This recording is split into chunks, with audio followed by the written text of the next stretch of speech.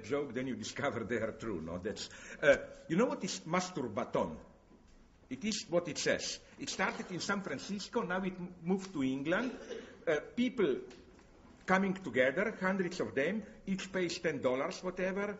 They masturbate, but each masturbates only him or herself.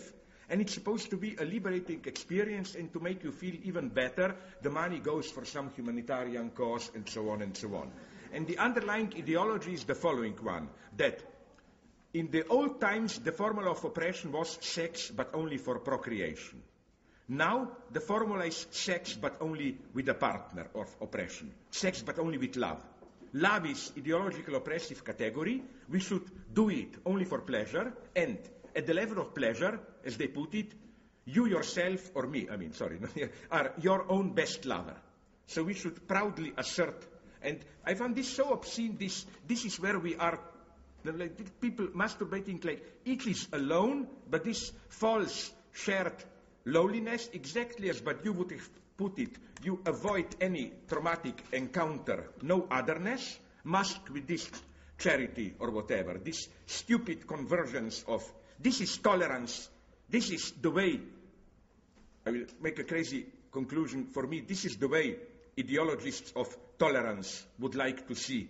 But to go back to your problem of fear, identity, and so on, to cut a long story short, what is for me wrong with wrong? Okay, what is for me, I didn't have time to develop my crazy thought, which will be in the text, of course, which is that for me the opposite of fear is not to be feared, to enjoy your identity. The opposite of fear is terror for me. I try to, affirm terror. In the sense of, the solution is not, you don't have to be afraid, you are what you are. The solution is abandon that what you are afraid to lose. Accept the loss, become universal. You are afraid to lose your particular identity. My position is not identity politics, it's on the contrary. What if you are so passionately protecting is in itself worthless? Abandon that. I mean, this is why, as a point of madness, I don't mean we should do that, but as an attitude, I refer to that crazy Mao, so what, solar, minor disturbance in the solar system, whatever. No? I think that, again, the solution is not simply don't fear, be calm, enjoy your life, and so on and so on. The solution is much more radical, to put it in Lacanian terms, to accept that the big other doesn't exist. No guarantee, no ground. We are in the abyss. Even at the level of ecology.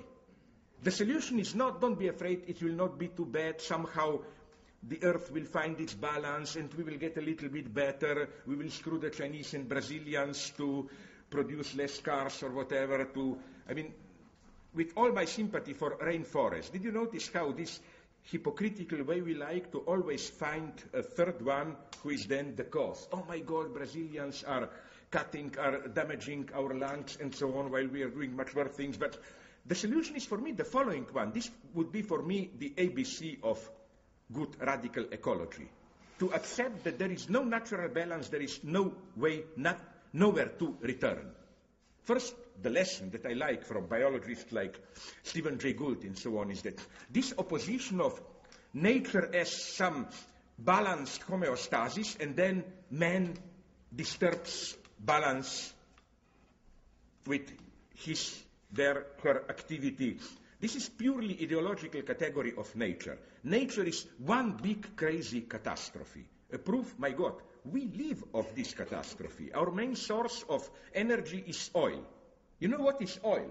It's the result, the remainder of some catastrophe of unimaginable proportions. I think that's the first thing to learn about nature. It's something terrifying, how should I put it? Okay, I take this a little bit too serious, maybe for personal reasons, because, like 2 months ago, somebody brought me a glass of real milk. By this I mean what comes out of a cow immediately. Blech. Whatever. Okay. So we have literally nowhere to return. What I like is an ecological analysis which said that if all the human industry were to stop activity production, that the earth is already to such an extent adapted to it, that this would have caused probably a kind of a total around all the earth a catastrophe. To accept this crazy openness. Ecology, yes, but it doesn't mean there is some base which we ruined through too much industry and we have to return it. There is nowhere to return, no way back. This for me is then the opposite of fear, that you accept that it's lost, but that you accept this tragic position, because there is no way to return. But of course, the first temptation here is then the New Age Gnosticism. No, of course, we should become nomadic virtual beings from one to another. No, we can't do this. We are in this absolute deep deadlock, how should I put it? Maybe one more, and then I'm somehow getting, okay, it's against my Stalinist principles, but I'm getting tired. You're asking about for a violent imposition of universal will. You said that's what you're for? Yeah. And I'm trying to distinguish, because you also talked about capitalism being a kind of universal.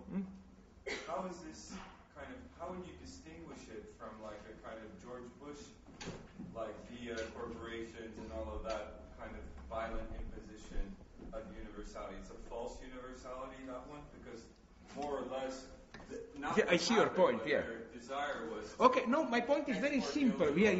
No, my point is still very simple one. My point is that if you look at ecological crisis, other crises, and so on, maybe I'm too naive here. What I think is that the way precisely to beat phenomena like Bush and so on is not through some kind of all these local resistances and so on. I claim in a very naive way that we shouldn't buy this postmodern poetry, which unfortunately even Tony Negri buys, of, decentralized, no longer capitalism from top down centralized, but emergent properties, cooperation, multiple agents. Not true. What we need is to reassert, how should I call them, big collective decisions. I think without this, we are lost. Now you will say it's not possible. I didn't mean by imposing violent solution, I didn't mean in the sense one nation imposes it on others. What I mean is that we have a struggle, you have a struggle, let's see how we can join our struggles. My universality is universality of struggles. It's not the universality of, I claim that my nation has a privileged, like as Bush put it, democracy is God's gift to humanity, but then the sub-premise, America has the copyright to distribute this divine present or whatever. No? So all I'm saying again is that I don't believe in this poetry of bad center, empire versus marginal sites of resistance here and there. I sincerely believe that for ecological crisis, for other problems that, again, we will need to reassert more than ever. Because are we aware of these big collective decisions? Because are we aware that even capitalism is moving in this direction? I mean, it's simply not true, this mantra that we hear, the time of the state is over and so on, now there are corporations or what. I claim that not only in the United States, I don't think at any point in history state mechanisms were as strong as they are. Just look in the United States today. All this spending for military spending and others, this is state-mediated spending. I claim with interventions in the economy, then with, for example, which is why I think California is a model. In what sense? Not only in the cynical sense, because a wonderful thing happened to me. You remember 2 years ago, they had some problems with electricity. Because of a fast privatization, they had cuts of electricity, and it was a poetic element. I was there, and then, this disgusting, patronizing understanding, they asked me, could you tell us from your experience, how was it to live in this totalitarian communist society? No, they got it. I said, no, when I want to remind my son how it was, I bring him to California, because we also had electricity shortcuts. No, you have to remind me how it was. No, but what I want to say is that no wonder some people in LA area or Orange County refer to it as Orange County People's Republic or what, no? Why? Because if you look at it, water, to survive there, you need water allocation. You have to bribe people, it's state-mediated. Then, so much of the industry is war and so on, state contracts. I mean, California is, I think, the closest you come to some kind of a